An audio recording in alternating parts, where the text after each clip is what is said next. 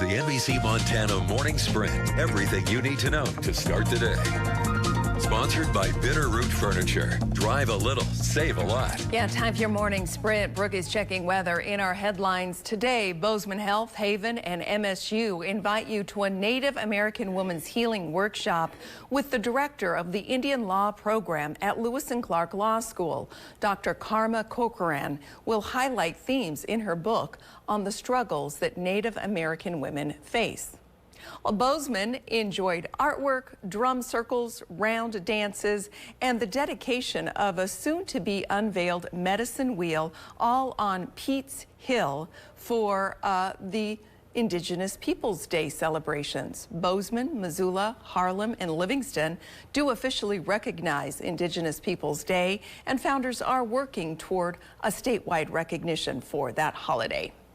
Happening today, Missoula's candidates for mayor will debate at a special 2-hour City Club forum.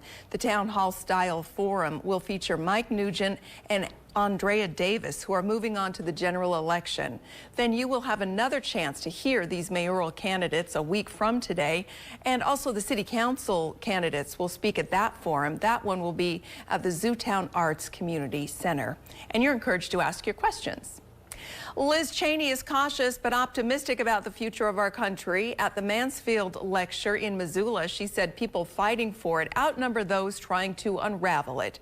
Cheney is sounding the alarm against former President Trump and criticizing former Speaker Kevin McCarthy and Jim Jordan for going along with Trump-led objections to 2020 election results.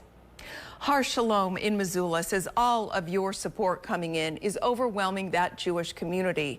As attacks surprised Israel, hundreds of these local members feared for loved ones and friends. Rabbi Mark Kula hopes the violence will stop, but adds Israel has a right to defend itself. He acknowledges tough days are ahead, but still believes one day peace will prevail. New CDC overnight updates show Montana had 122 new COVID-19 hospitalizations for the week ending September 30th. That's up 10.9% from the week before. CDC reports Montana now has the highest COVID-19 hospitalization rate per 100,000 people in all of the U.S.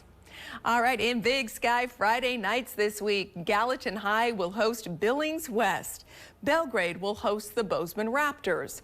Last week, Wes Donahue, Grant Vegan, Oscar Patterson, and Danny Hoganson all contributed to move the ball.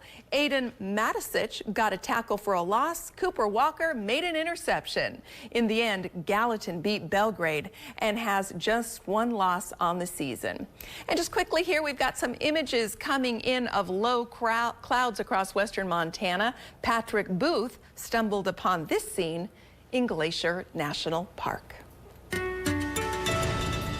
Well, the time is 6:58, and we are starting out with some cloud cover beginning to move into western Montana. Temperature-wise, we're in the 40s and 50s. We've had a couple isolated sprinkles showing up on our radar, but the more widespread wet weather is set to move in as we head into late afternoon into the overnight hours. Today's forecast, not as warm as yesterday, but still comfortable. 67 Missoula, 72 in Bozeman. A little bit of wet weather will be possible for the drive home, and we'll keep the unsettled weather in the forecast on Wednesday. High temperatures will be in the mid-50s. About 5 degrees below normal for this time of year. However, we return to the low 60s this weekend. For southwest Montana, chilly temperatures with highs in the 40s. Snow levels will drop, and we do have a winter weather advisory out for southern Beaverhead, Madison, and Gallatin County for locations above 7,000 feet.